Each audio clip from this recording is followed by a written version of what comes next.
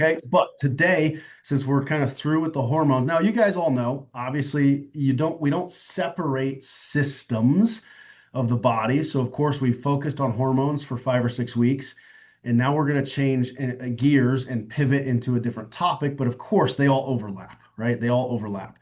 So you're going to hear some similar things with this, but we're going to focus on some really cool stuff. I'm excited about this little mini series. I believe this one's going to be similar, where it's going to be 5 or 6 weeks.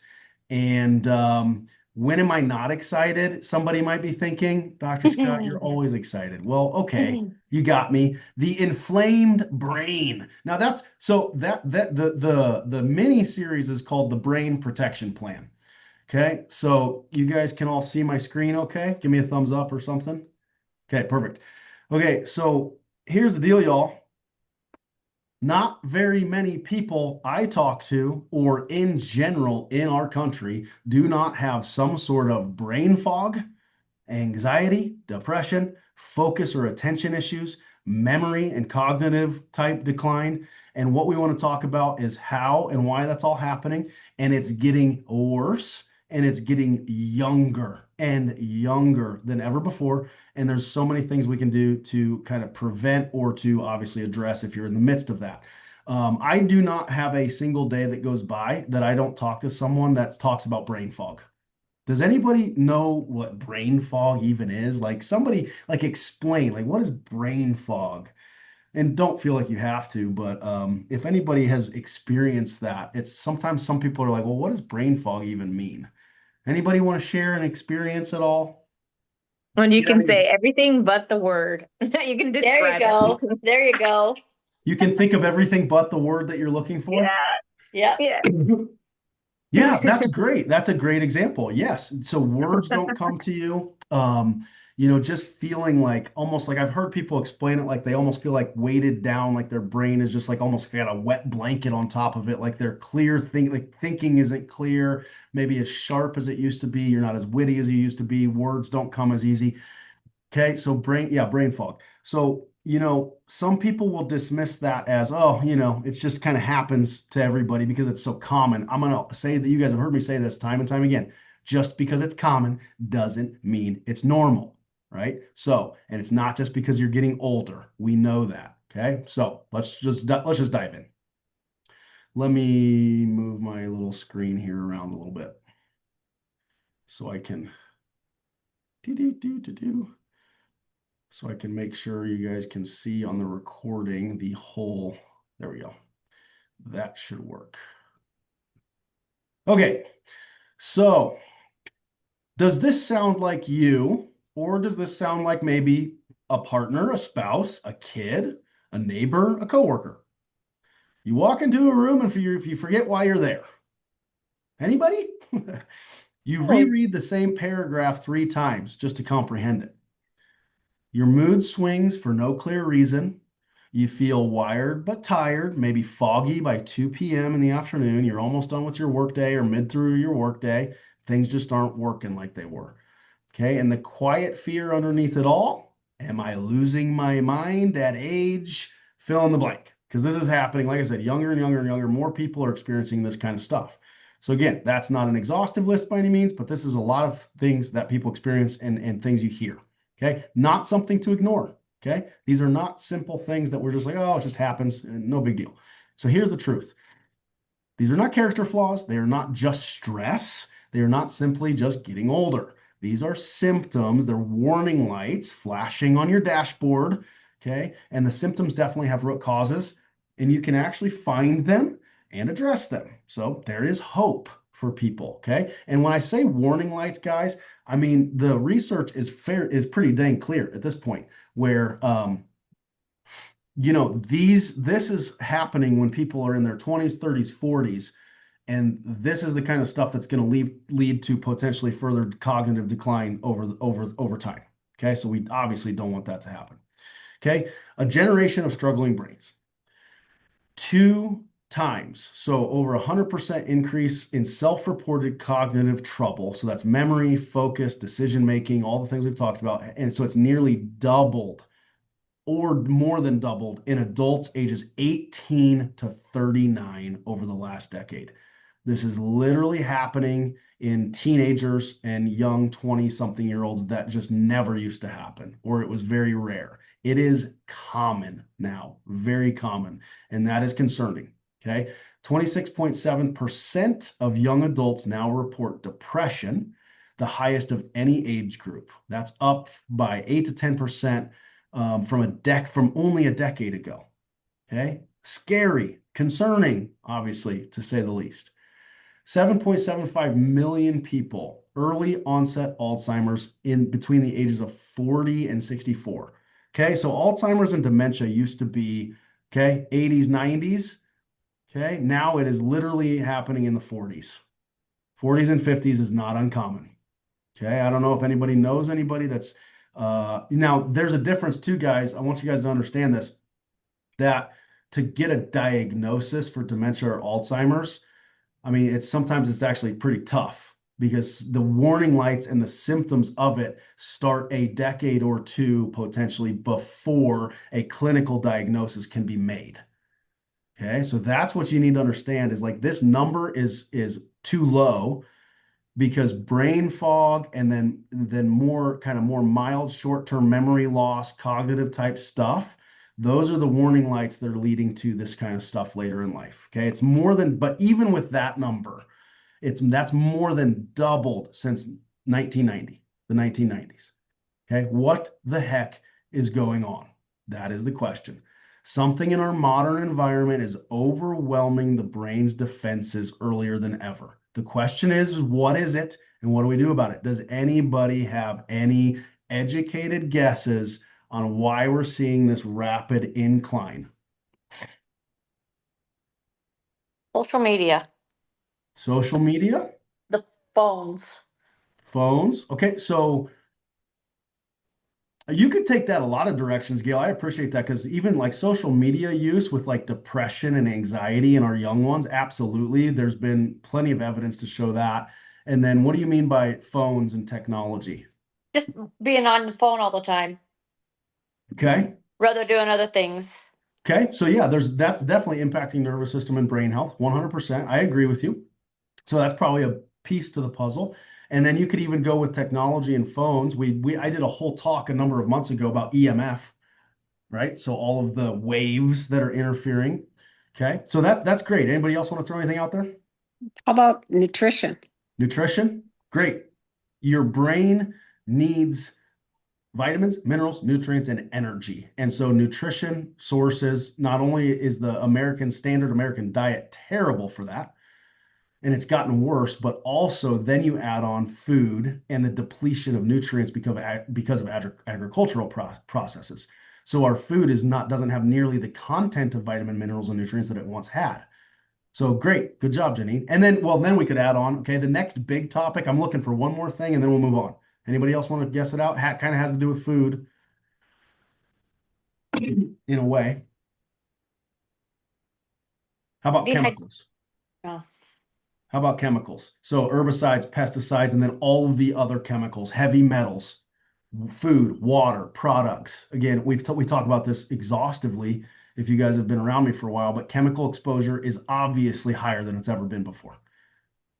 Okay, so we know all of these things are playing into this stuff. So two very different stories here. The old story is this: it's a chemical imbalance. Okay, and specifically when we're talking about like mental health, like depression, anxiety, ADHD, ADD, OCD. These are just chemical imbalances. That is so old school, and it's still being practiced. So one brain chemical is low, you take a drug to basically fill it up or top it off. Guess why that does not work very often? Because it really doesn't work that often, or it works for a while and then people go back downhill. Then they have to change medications and they're always like going around this hamster wheel. Okay.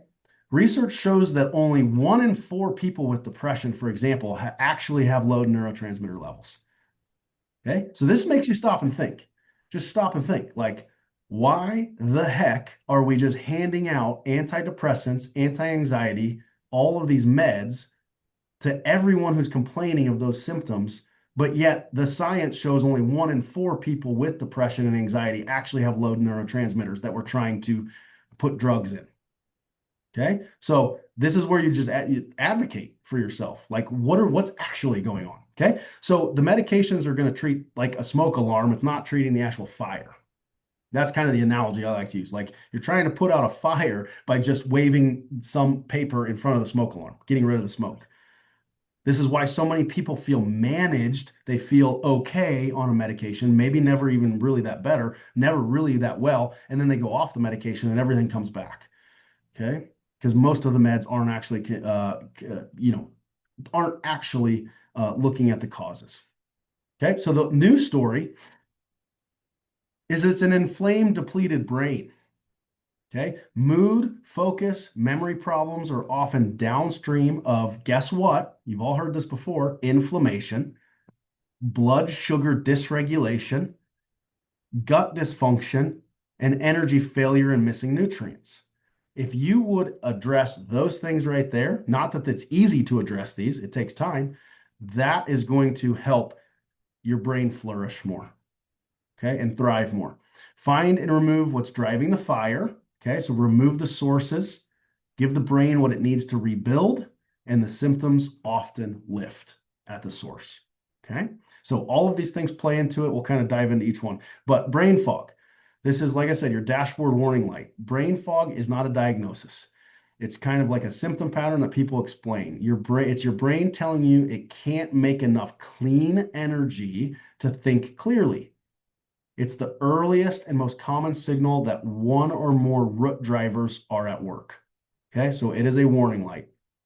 What it feels like: forgetfulness, slower processing, losing your words, like some of you guys said, mental fatigue, trouble focusing or making decisions. Like how many of us go through our day and it's like 2 p.m. hits and it's like this mental fatigue sets in and you're just like coasting the rest of the day, right? I know I've felt like that before. What it actually is your neurons, your brain cells, they're struggling to fire and also struggling to recover. And usually there's an inflammatory process going on, or low fuel sources, or poor energy production, and or all three of those things. And usually it's all three of those things going on at the same time. So why it matters, because it's reversible. You can catch this stuff early, you can treat it, and you can, gosh, literally fix it. But when you ignore it, these same things are going to drive you further and further down the road towards anxiety, towards depression, towards cognitive decline, towards, God forbid, dementia, Alzheimer's, things like that. End stage. Those are all end stages of all of this that's going on. Okay. So one root, many faces. These conditions look different on the surface, but underneath they share the same handful of biological drivers, which is often why they travel together. Okay, so that's kind of the point. The inflamed brain can look like, depending on the person, brain fog. It can look like anxiety. It can look like depression. It can look like OCD. Okay, it can look like ADHD, ADD, focus and attention issues. And yes, even in our kids, it can look like decline and dementia, Alzheimer's. Throw them all in there. Okay. But here's the framework. Here's the 5 root drivers of all of those struggles. The struggling brain. Okay. Inflammation, gut issues, blood sugar dysregulation, mitochondrial health and function, and then toxins and nutrients. So we got 5 categories, again, that we've probably heard a lot about in some manner, whether it's from me or someone else. And you have to look at all 5 of these things. Okay. So the first thing, neuroinflammation. This is literally the fire, neuroinflammation. So inflammation of your nervous system, of your neurons, of your brain. Okay. The unifying mechanism here. So your brain has its own immune cells. Okay. So that's kind of fascinating. Like your gut has, most of your immune system lives in your gut. Your brain has its own immune system. They're called microglia. When these microglia cells are activated by stress, by infections, by poor diet, or by toxins, they release these inflammatory chemicals called cytokines. And if you're a real big nerd, interleukin 6 and tumor necrosis factor alpha is what they're called. If you're a real big nerd and you want to go like Google stuff or AI stuff, that's what happens. Okay. This release is going to disrupt neurotransmitter production and effectiveness. It's going to damage the blood-brain barrier, which protects your brain, and it impairs the brain's ability to form and repair connections. So that's where the whole thing is, like your brain has to fire constantly. It tells your entire body how to work, subconsciously, consciously, all of it. So if you're disrupting these neurotransmitters, okay, and the damage to the blood-brain barrier allows more toxins to actually infiltrate, then obviously our brain function is going to be compromised over time. Okay, so that's the elementary, but yet obviously it's kind of simple to think about. Like that's what's happening. Okay. And I've said this millions of times before. Well, not millions, gosh, I exaggerate, but probably thousands and thousands of times is inflammation is the underlying root cause of every, or it's the common denominator, I should say, of every condition known to man. Okay. Inflammation shows up in every condition. And so it's no different with the brain. Okay. Depression and anxiety. Most people are going to have high CRP in their blood work. They're going to have high cytokines. Okay, that's definitely linked to depression and low mood. Brain fog and memory issues. Inflammation slows processing, disrupts recall. The neurons are not working and firing. OCD and mood. Immune activation can drive obsessive patterns. And guys, some people might sit and think, well, shoot, I have a kid who's OCD like crazy. If we don't stop and start thinking, you guys have been around me for a long time, know I have a passion for our kiddos because our kids are under the biggest attack of anybody. Because not only are they coming into a world that is more toxic than it's ever been, but also they do not have fully developed immune systems like we do as adults. Okay, so adults are kind of compromised because we've been living in a toxic world for so many years that we're kind of inundated. But our kiddos, guys, why we see so much OCD, why we see so much ADHD, why we see so much other cognitive stuff like, and yes, you could talk about spectrum disorders, you can talk about autism, you can talk about any of it. Okay, their brains and their bodies are literally under attack and they can't fight it off because they're not fully developed yet. Okay. Dementia and Alzheimer's, of course, again, late stage stuff, but it's happening younger and younger and younger. This is chronic neuroinflammation. That's really what it is. And guess what? No cure. There's no cure. They've dumped billions and billions of dollars into studying these things, trying to find drugs to cure this, and they can't do it because it's not a brain necessarily like cell issue. It is all of this chronic neuroinflammation and the other things going on, these 5 kind of root causes. Okay. So they would find a cure if they would just look at how people are living their lives and healing the body and not just focusing on this one thing. So the gut-brain axis, you've heard me talk about this a million times because the gut is really, really important when it comes to brain health too. 90+% of your serotonin, which is a feel-good neurotransmitter, brain health neurotransmitter, is made in the gut, not in the brain. It's made by gut bacteria, 90%. Okay. A leaky gut also drives brain inflammation. So when your gut lining is damaged, you have bacterial toxins, and some of you who've had that lab done, LPS. You remember there was 4 different things we look at on that lab. LPS is one of them. LPS is a bacterial toxin that slips through your gut into your bloodstream, and it triggers a body-wide inflammatory process that, yes, reaches the brain. Why do I like slam this and talk to you guys all the time about this leaky gut stuff? And because it matters.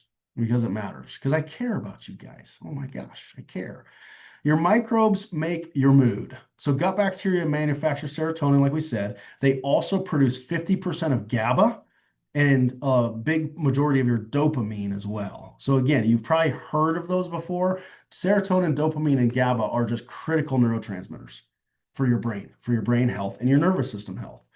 Okay, so dysbiosis, which means, disrupted gut bacteria, basically, can be a lot of things that are feeding into that, but that hijacks what's called the tryptophan pathway. Everybody's heard of tryptophan before. And this produces brain irritating compounds instead of calming, healing compounds. Okay.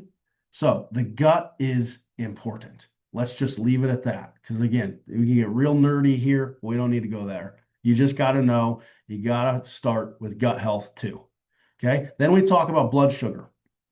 Blood sugar and type 3 diabetes. Some of you guys have heard this. You've heard me say this, but otherwise, maybe even in the news or if you read articles or listen to podcasts, that they're calling Alzheimer's type 3 diabetes. A lot of researchers are. Okay. Your brain is like a glucose furnace. It literally consumes 20 to 30% of all energy that our bodies need. That's how much our brain uses. It's only what, like 0.2% of our body weight, but it uses 20 to 30% of all of our energy. But chronically high blood sugar and insulin or insulin resistance makes the brain cells insulin resistant as well. So then they're not going to get their energy. So researchers now call Alzheimer's type 3 diabetes for that reason, because they're becoming resistant to insulin. High blood sugar causes inflammation. The sugar can't get into the cells, can't use it for energy. Thus, the vicious cycle goes on and on and on. So energy crashes equal brain crashes. Okay, blood sugar spikes and dips during your day can show up directly as the brain fog, the irritability, the anxiety, the crashing at 2 p.m., 3 p.m., right? All makes sense. Insulin resistance starves your brain neurons. So when, like I said earlier, when brain cells can't use the fuel, they shrink, they misfire, and that's going to drive memory loss and oxidative stress. And oxidative stress is no bueno, okay? Because that's damaging. Oxidative stress is actually damaging the cells so they can't work properly. Now, why the heck is this hitting younger? Well, again, we've already talked about some of that, but midlife insulin resistance and obesity now are a couple things.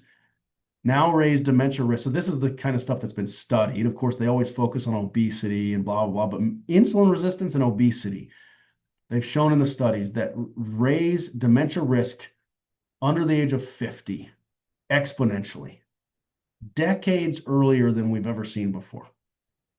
Because insulin resistance is just so dang common right now because of poor lifestyle, because of poor diet, because of all the things that we've talked about, the toxicity, the chemicals.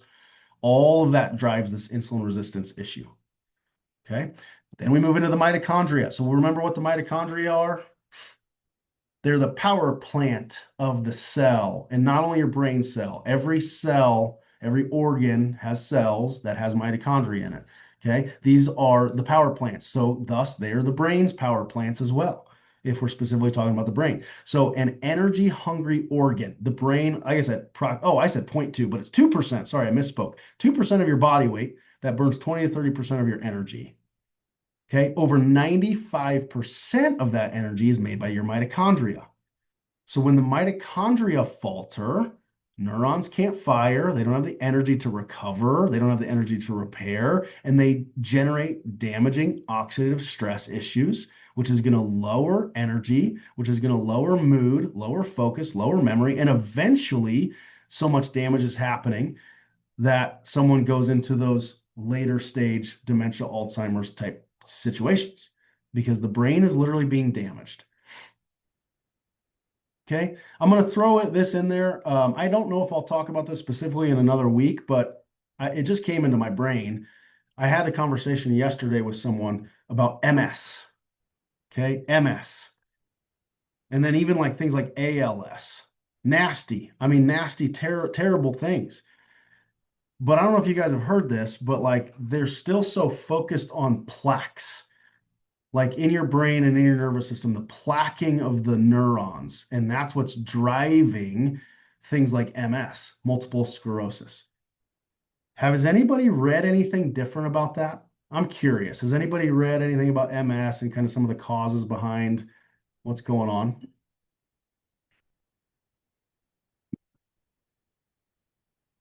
Uh-oh, my computer's doing something weird. If not, okay, there's a lot of theories out there in research right now that the plaquing is not the problem.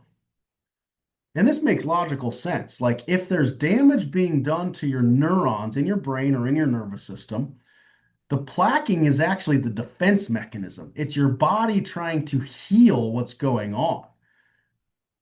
So then the question is, well, what's causing the brain to respond that way to lay down these plaques?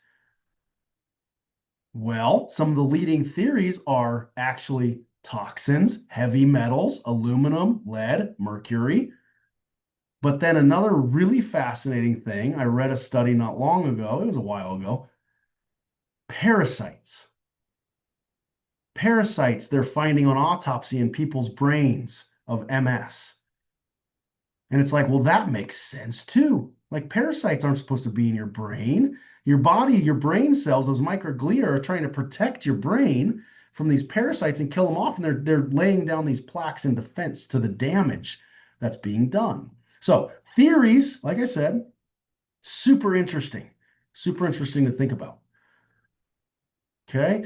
So back to this, the mitochondria, you're drained by this inflammation. Chronic inflammation and toxins damage the mitochondria first. It kind of just tying all this together. Like the energy's not going to be there for your brain to function at 100%. So then the fatigue, the tired and foggy, okay? This is often a cellular energy problem long before it's anything else. Long before it's like a disease, we just need to fix the mitochondria. We need to get your energy production up, okay? Then we come to toxins and nutrients. I think this is the last category. So toxins that reach the brain. Okay, it can be molds, it can be heavy metals, alcohol, environmental chemicals. They all can cross the blood-brain barrier and they ignite inflammation. I'm going to probably spend a whole week on this later. Because if you imagine your blood-brain barrier, there's literally a barrier around your brain to protect it. Okay? What happens is if you think about it like a coffee filter, it should let certain things through, vitamins, minerals, nutrients that are small enough to cross that barrier into your brain to make it healthy. But if you take a coffee filter and you hold it, and if I take a pencil or a pen, inflammation and the way that we're living our lifestyles, like taking my pen and poking holes in the coffee filter. It's now inflamed and damaged, and it's letting things in that should not be able to get in, like parasites, like molds, like heavy metals. And that drives a huge problem, okay? So the raw materials are gone. So when we talk about nutrients, the brain can't build neurotransmitters without nutrients.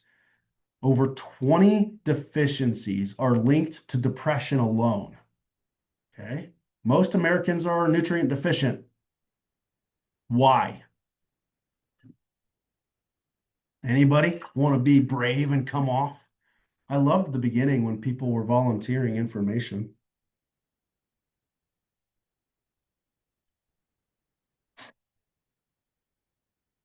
Come on. Come on, guys. Somebody knows the answer. All right, whatever. I'm not going to twist your arm. You guys know the answer. Why are most Americans nutrient deficient? We kind of said some of it earlier because we have crappy diets. We eat processed food, fast food, all the things. And then also, even if you eat healthy food, it's just depleted of nutrients. You have to eat like 3 pounds of spinach to get like what used to be one serving of like vitamin A and E and all the things. It's crazy. Okay, so this is where, again, unfortunately, sometimes supplementation has to be done for the main vitamins and nutrients. That's why a good multivitamin is really important. Okay, the brain's most commonly missing building blocks. Okay, so write these down, take a screenshot. I mean, these are the things that for brain health, there's more, but I wanted to give you guys at least the most common missing ones in most Americans. Vitamin D. Okay, so vitamin D with K2. I use liquid Thorne. Thorne Research Company is the one I like to use. It's a vitamin D K2 liquid combo. That's important. That's going to help with mood and immune regulation. Omega 3s. Okay, again, if you guys who work with me know this, but for all of those of you watching that I've never really worked with, I have an e-store, and the e-store is not for me to make money. It's to get you guys good products because vitamin D, okay, liquid's the best way. with K2s the best way. Omega 3s. Most omega 3s that you're going to find on any shelf at any store are diglycerides or triglycerides. They are not absorbed very well. Okay. Monoglyceride form is very rare to find because it's harder to make it. Okay. There is an omega 3 in my e-store. It's called Omega MPX. Omega MPX, and it's either 650 or 1300. It's just the dosage. Those are monoglycerides. You're going to get way more bang for your buck if you do that kind of omega 3. Okay. B vitamins, B6, B12, and folate, which is B9, are the most common needed. Do a methylated B vitamin. Methylated B9 and methylated B12 are very important. Okay. And then magnesium. I like magnesium glycinate. It's the best absorbed and most calming for the nervous system. Okay. I think I said 5, but really it was 4. Those 4 main things. Okay. The drivers feed each other. So these aren't 5 separate problems, guys. They're one self-enforcing loop. So all of these things are connected. So that's the bad news. The good news is if you break the loop at any point, then the whole system can start to recover. Okay, so blood sugar swings. Well, there's a lot of strategies that we can do to help regulate blood sugar. Okay, I don't have time to go into all of that today. We've covered it in the past. If you really are curious and you don't know what the heck I'm talking about, just message me. But blood sugar swings will fuel this inflammatory response, which is going to damage the mitochondria. Blood sugar swings also damage your arteries. So if you're worried about cardiovascular disease, or if you've had a history of heart attacks or strokes or things like that, you have blood sugar issues, insulin issues. We need to figure that out because that's what's damaging your arteries, which is causing plaquing. Cholesterol is not the problem, guys. If you've never heard me say that, cholesterol is not the problem. It's the damage being done to the arteries from things like blood sugar dysregulation, which are causing cholesterol to stick to the injured areas and cause plaquing. Okay. You got to lower your stress resilience or improve your stress resilience, really. Okay. And then worsening gut health is going to obviously worsen mood because of all this, and then draining your brain energy. So again, this vicious cycle keeps going around and around and around, and it accelerates with aging usually because we're not doing anything about it. It's not necessarily that we're just getting older. It's that we're not doing anything about healing these things. Okay. Now, finally, your brain is built to recover. Okay. Everything that we've covered today, all the things we've talked about, today's kind of a roadmap, guys. It's kind of like the big summary. And then we're going to dive in each week to more practical steps, like more things that you can do to help yourself. So, but what I want you guys to know is that these things are modifiable and your brain is neuroplastic. If you've never heard that before, plastic, it's called neuroplasticity. That means it's bendable, it's moldable, it is changeable. Okay, you can rewire your brain. You can rewire it and rebuild no matter how old you are. Even Harvard has done research on this. I wish I would have included the chart. Now, the reality is you never lose the ability to change your hardwiring and your brain health. It does take more energy and time and effort as we get older. Okay, that's the truth. If you guys have kids or grandkids, under the age of 10, Harvard has shown that neuroplasticity is literally like you can change things so easy, so much easier, and so much faster if they're under 10 years old. Okay. So if there's any signs of a kiddo struggling with any of this stuff, ADHD, autism, spectrum, sensory processing stuff, those are the flashing warning lights. Get them help as soon as you can. Earlier the better, younger the better. Okay, the prevention window for cognitive decline really is like 15 to 20 years before symptoms start. Like, so the brain foggy issues and all these things are kind of the first warning lights. Okay, what you do now protects you later. So, and I know a lot of you guys are doing a lot. So that's amazing. You're heading in the right direction. So where we're headed today was kind of the map, the roadmap, the blueprint, like I said, kind of the general information. But over the next 4 or 5 weeks, I'm not sure yet because I haven't created all the content. We're going to turn a lot of this into like action, right? So what kind of testing, what kind of nutrition, specific strategies you can do and protocols you can do to calm the fire and rebuild the brain, start rewiring your brain. And I know a lot of you guys are doing a lot of it already, but a lot of it's going to be really good reminders that you've probably forgot some stuff. You probably never created really, the best habits around some of this. So that's what I want you to kind of leave with over the next few weeks. The 5 things to take home today, though, with this kind of big summary of brain health. Number one is brain fog, anxiety, depression, OCD, ADHD, and any kind of decline. They're not separate issues. These are all are coming from the same root drivers. Okay, number two is the chemical imbalance story is incomplete. Okay, this is where, like, was it 2 weeks ago I talked about PCOS, and they've finally, after 20 years of us, people like me that are saying, listen, this is not a cyst issue in the ovaries. This is a metabolic issue. Well, the medical community finally renamed PCOS to polyendocrine metabolic ovarian syndrome.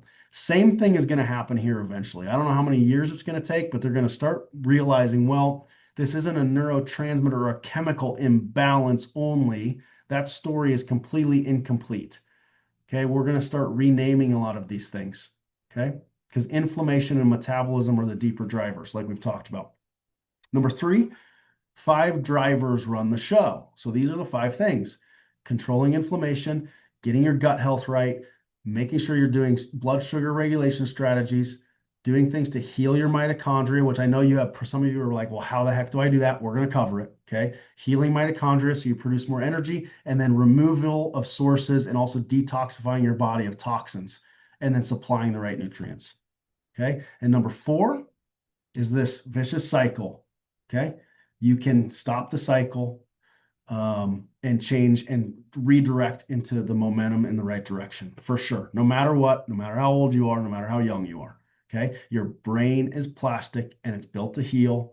Prevention does start decades before symptoms begin. So this is always, I wish on with everything in me that I would be able to work with people who don't, because listen, 99% of people come to me and they are in a hole. They're struggling with their health. Of course, that's kind of what most people go to doctors for, no matter what kind of doctor you go to.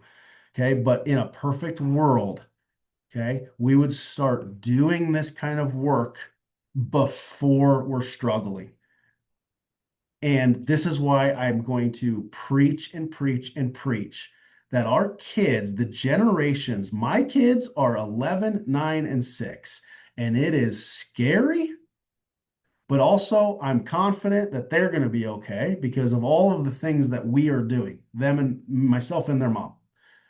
Okay. We are not perfect. This is not about perfection. Okay. Do they eat ice cream? Heck yeah. We had Oreo cookies and cream last night. I admit it. Okay, guys, I had ice cream last night. I'm not perfect. You don't have to be perfect. But if you can start implementing a healthy, clean lifestyle now in these kiddos, oh my gosh, the manifestation, the things that they're never going to experience that they probably would otherwise, will change their lives. Okay. So younger, the better. So anyway, if you're ready to look under the hood, again, a lot of you guys work with me, some of you guys don't. So I'm going to fly through this, just basically, we're going to give you a ton of information and a lot of strategies in this series, just like we did with the hormones. But if you're ever wanting to dive deeper in, you can obviously chat message me and let me know. Okay. Next week 2 of 5, maybe 6, I'm not sure yet, is going to be mood and the anxious brain. So we're going to talk specifically about depression, anxiety, OCD. Okay. And maybe a couple other things along with that. Antidepressants, why they work for some, but not everybody. And obviously this gut serotonin connection, we're going to dive in a little bit more with that. The genetics of mood. So things like MTHFR and COMT, a lot of you guys are familiar with those. And then the nutrition that rebuilds or helps build the calming effect with the brain, with these things specifically. So that's the plan for next week. Hope you guys all are going to be around. Does anybody, I always obviously want to open it up for questions. Anybody have any questions or comments before we wrap it up and go celebrate and try not to blow our fingers off this weekend?